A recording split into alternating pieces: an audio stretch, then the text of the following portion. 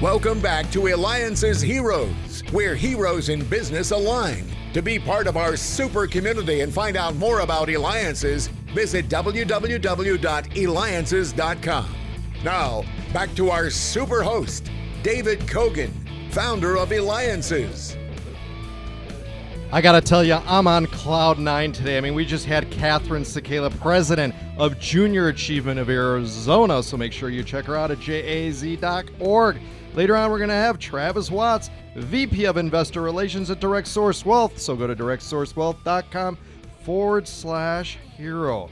And thank you for the feedback, too, we continue to get from having the president of UN General Assembly. Make sure you go to Eliances.com. That's Eliances.com, the only place where entrepreneurs align.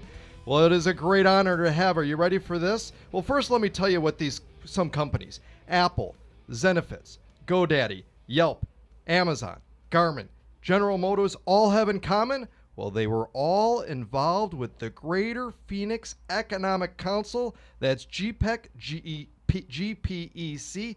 And with us, we have the president and CEO of GPEC, Chris Camacho. He can be reached at gpec.org.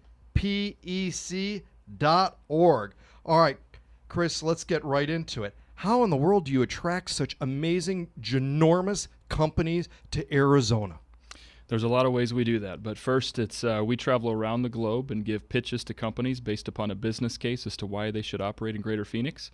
The good news is this is an incredible time to be selling the market assets, and we get to tell the story to the world as to why we're one of the best places in the world to do business. Thank God you're doing that, because you're creating so much for this entire state. It's just phenomenal. We're going to get into that in a minute. Talk to me about this whole thing of Internet of Things. Now, while we've got some very savvy people who are in tech business listening, not everybody knows this whole thing with Internet things, and how does it affect what's going on in Arizona, and particularly with GPEC?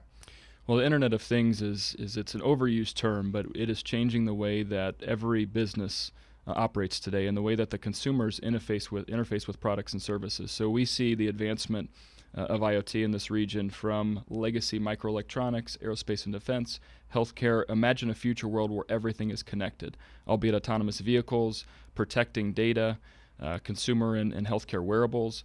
The world is changing so rapidly, and we're at the heart of where all of this is happening. Unbelievable. Now, I got to share some stats with you. I can't believe this. Under your leadership, you have attracted more than 322 companies, creating, are you ready for this, listeners? 55,617 jobs and $5.6 billion in capital investments. Do you just sit back and look back and go, I mean, this is truly amazing and almost a miracle to have done that in such a short period of time? Well, we're just getting started. This market is so rapidly changing, and the global competition is changing as well. We've positioned now this market to become national class, and so we're no longer competing for entry-level jobs. We're competing for the most advanced operational units of every major corporation in the world.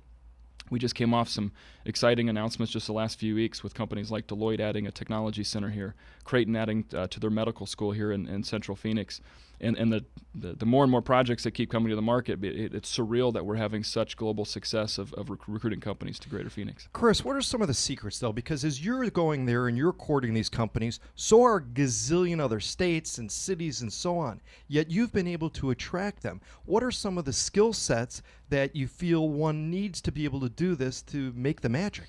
Well, there's certainly a number of facets that go into why companies expand to markets, and I can tell you today the most pivotal aspect of site selection and how companies choose markets is the talent position of a marketplace. ASU is for the fourth year in a row by U.S. News & World Report the most innovative university. Grand Canyon University came out of nowhere in 2008 and all of a sudden has 40,000 students. Certainly U of A and NAU and many other universities, including University of Phoenix, we are a strong talent market, and we're being noticed now in the likes of Seattle, Dallas, other U.S. markets that have historically won a lot of projects. We are now at that precipice, in addition to having a governor that understands business, in addition to having mayors that lead with strong community infrastructure. We're building a great place to live, work, and that's what we pride ourselves on. Absolutely amazing. Well, again, you're listening to me, David Kogan, host of the Eliances Hero Show. Make sure you go to Eliances.com. That's Eliances.com. It is the only place where entrepreneurs align because we have Chris Camacho, the president and CEO of Greater Phoenix Economic Council. Chris, how did you get into this role? Because it really is such a critical role in this state. So I moved from St. Louis back in 2004 for the primary reason many others move out west, and it was really for opportunity. And so my career took a couple different turns. I spent 4 years in Yuma running their economic strategy in northern Mexico and in southwestern Arizona, and then I was fortunate to be recruited to GPEC now in 2008, so right as we were looking over the beginning stage of the recession. And since that time, I've been serving as GPEC's EVP and now CEO for the last 5 years. That's absolutely phenomenal. Are there certain companies, though, that you also look at and you go, well, maybe not quite a fit for Arizona. Maybe my energy should be spent on other companies. Does that happen too, or will it take all and anyone?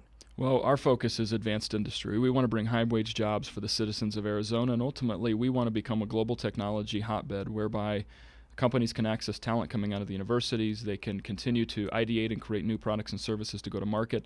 The new economic strategy for the United States must be based upon the ingenuity of our people and how we support business formation and creating new intellectual property. And so our focus is heavily on not only recruiting those companies, but just as much growing those companies and having our next big public company come from the grassroots efforts of our business community.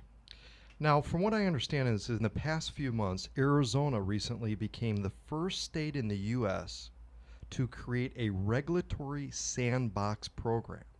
Explain exactly what this means for not only the financial services companies, but the state of Arizona in general, and why is it so important?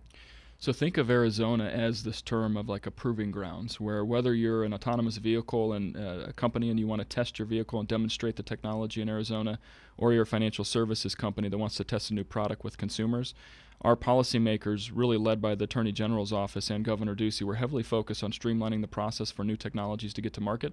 This fintech regulatory sandbox, it has a lot of facets, but the simple version is global companies can come here, unlike any other place in the United States, to test their new technologies for 2 years as a way that we mitigate regulation, we streamline the process for adoption of new technology. We will be the groundswell of where many financial services technology companies get launched from. I absolutely love it. I mean, that's truly amazing. And everything that you're doing and creating, especially the jobs and the amount of money that's coming into Arizona, really, it helps almost everyone. Now, speaking of sandboxes, Chris, you're also a father. What do you hope your children will learn from your work that will help them grow up to be successful as you have done through your path?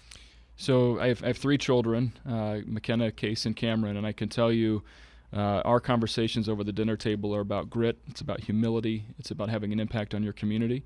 And every day I expect my children, and my wife and I talk about this all the time, we want to have a greater impact on this region and on this state, and we're so fortunate to be in these kind of roles in this kind of community that is changing before our eyes. And I do believe Greater Phoenix's years are the best years are yet to come, and just having a small place in kind of helping shape that is something that brings me a lot of dignity and pride.